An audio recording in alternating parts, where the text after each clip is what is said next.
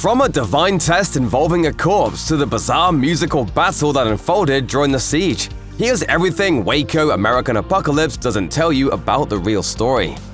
The notoriously charismatic and manipulative David Koresh would eventually convince his followers that he was the son of God incarnate.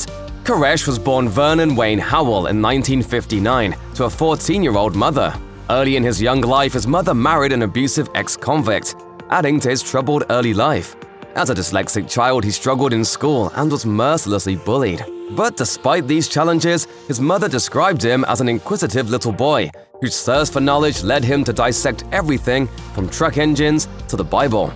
Former Branch Davidian David Bunz, who first met Koresh in 1981, described him as a drifter who appeared obviously poor and lost. Additionally, when writer Jeff Gwen came across the path of the Branch Davidians, a doomsday-focused offshoot of the Seventh-day Adventists, he described Koresh as a stuttering, stammering 21-year-old who was barely coherent. But soon, however, the theologically gifted Koresh began to gradually position himself as their leader. One story that gets left out of nearly every Waco documentary is the bizarre tale of a resurrection duel that transpired during Koresh's rise to power. As the documentary notes, Koresh's ascension was aided by his relationship with the Branch Davidians' prophet Lois Rodin. Rodin was several decades his senior at the time of their affair. When Rodin died, leaving a power vacuum, Koresh found himself vying against the late leader's son George for control of the cult. In 1986, George Rodin dug up long-buried church member Anna Hughes' corpse for the purpose of challenging Koresh to a divine test. According to Rodin, whoever could resurrect her would be the group's next prophet. But rather than dabbling in the zombie arts, Koresh thought of an easier way to ascend the throne, getting Rodin arrested for the desecration of a corpse. When the sheriff told Koresh to produce a photo of the corpse in question, he and 8 camo-clad followers conducted what the New York Times described as a commando-style raid on the compound. This led to the shootout briefly mentioned in Waco American Apocalypse. After a mistrial for attempted murder, Koresh ultimately took control of the compound.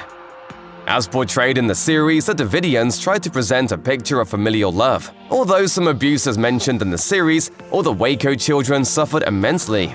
Joanne Viega, who was 6 years old when she lost both parents in the siege, compared life to Waco to prison.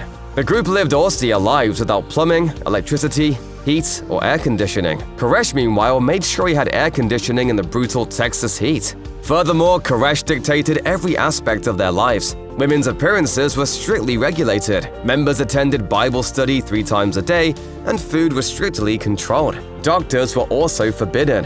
For Branch Davidian children, serious discipline began at only 6 months old. Among the countless miseries Davidian kids were forced to endure were severe beatings from a paddle called the Helper, as well as constant verbal humiliation. While girls as young as 11 were sexually abused by Koresh, boys were forced through military drills. One girl was even locked up in a small room and forced to eat from a bowl on the floor for months.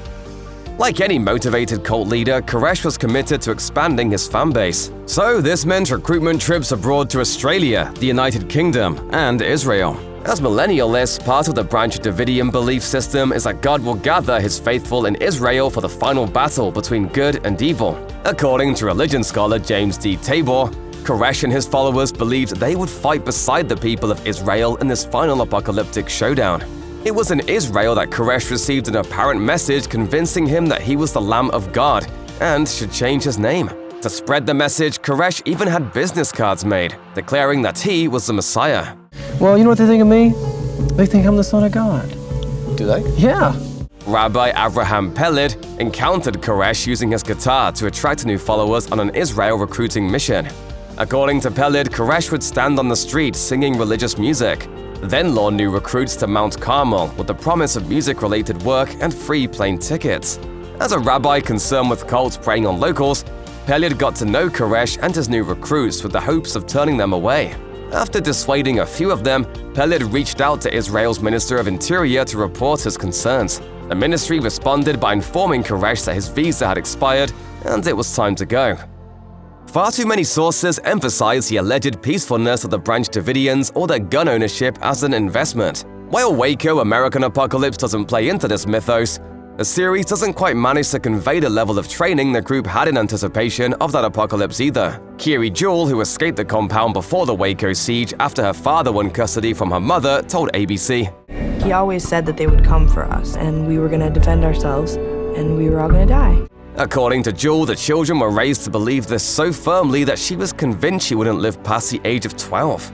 In the Branch Davidian belief system, the federal government and the outside world were the prophesized agents of Babylon, an evil force bent on destroying true believers and the Messiah. Everyone who lived in the compound had been trained for the prophesized warfare, and the neighbors often reported hearing gunshots coming from Mount Carmel. Despite their training and belief that death would be necessary, many were not prepared for the reality of this commitment. I'm talking to you. Somebody's gonna get hurt.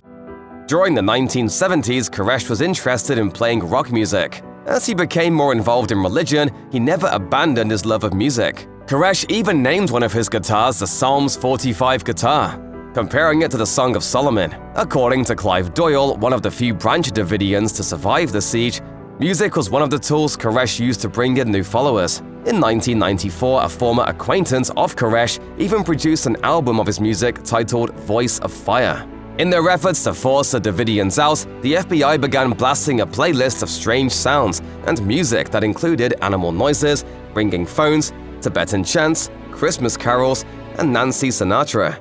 In an almost comical moment in an otherwise dark tale, Koresh and his pals hit back with their own music. According to hostage negotiator R.J. Craig, the impromptu battle of the bands lasted for hours. The nature of the fire that burned down the Mount Carmel compound has been the subject of countless conspiracy theories in the years to follow.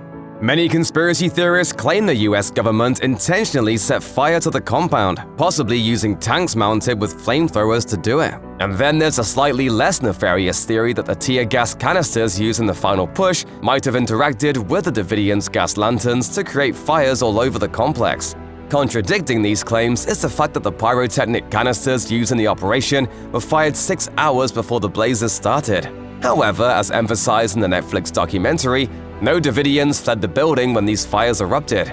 A panel of arson investigators later concluded that the Davidians started 3 fires across the compound.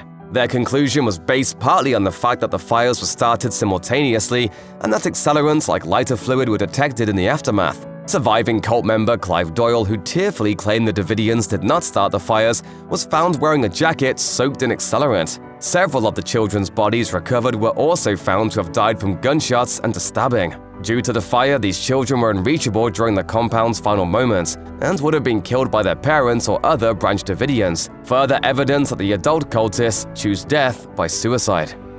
One of the more controversial aspects of the Waco siege centers around Attorney General Janet Reno's involvement. As recounted in the Netflix series, Reno had recently been sworn in, making Waco one of the first major tests she would face in office.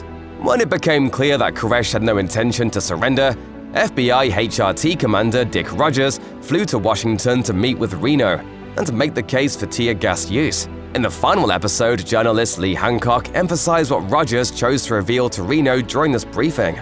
According to Hancock, Rogers showed Reno claims of child abuse from former Davidians. However, he omitted the video recorded during the siege that showed Koresh and the children in the compound. The FBI leadership in Waco recognized that these videos made Koresh look pretty good. This idea that Reno unilaterally ordered tear gas in response to exaggerated abuse claims was a common sentiment in the Waco aftermath, but it grossly oversimplifies Reno's decision. Although the Justice Department report would later say there wasn't explicit evidence children at the compound were being physically or sexually abused, the report also concluded that the FBI did not exaggerate the claims that were presented or sell the idea of tear gas to Reno. Instead, she and her advisors considered a number of complex issues, including the rapidly deteriorating conditions inside the compound, while weighing the possible outcomes of tear gas use and other options. Tragically, she wasn't briefed on the Davidians' commitment to die rather than surrender.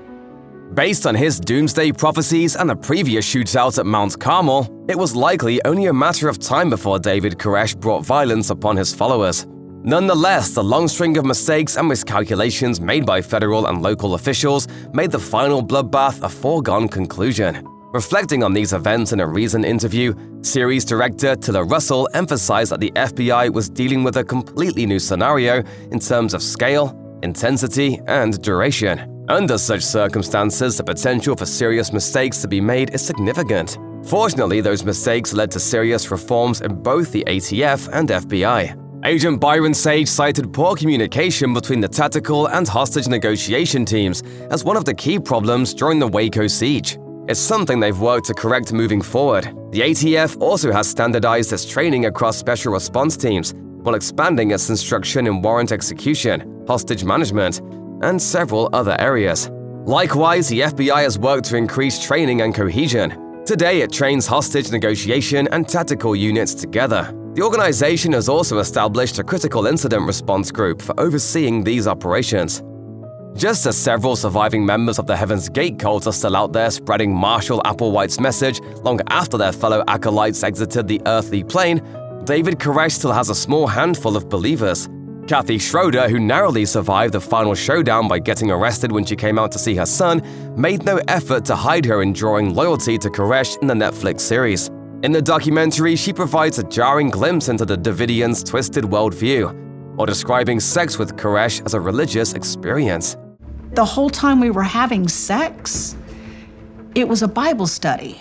She also insists that Koresh wasn't a pedophile because his victims were adults in their belief system. Resurrection is a key part of the Davidians' belief system, and it's something that survivors who lost loved ones in the siege cling to. Some of the survivors believe that Koresh is currently in a state of soul sleep and will be resurrected during the ceremonial harvest.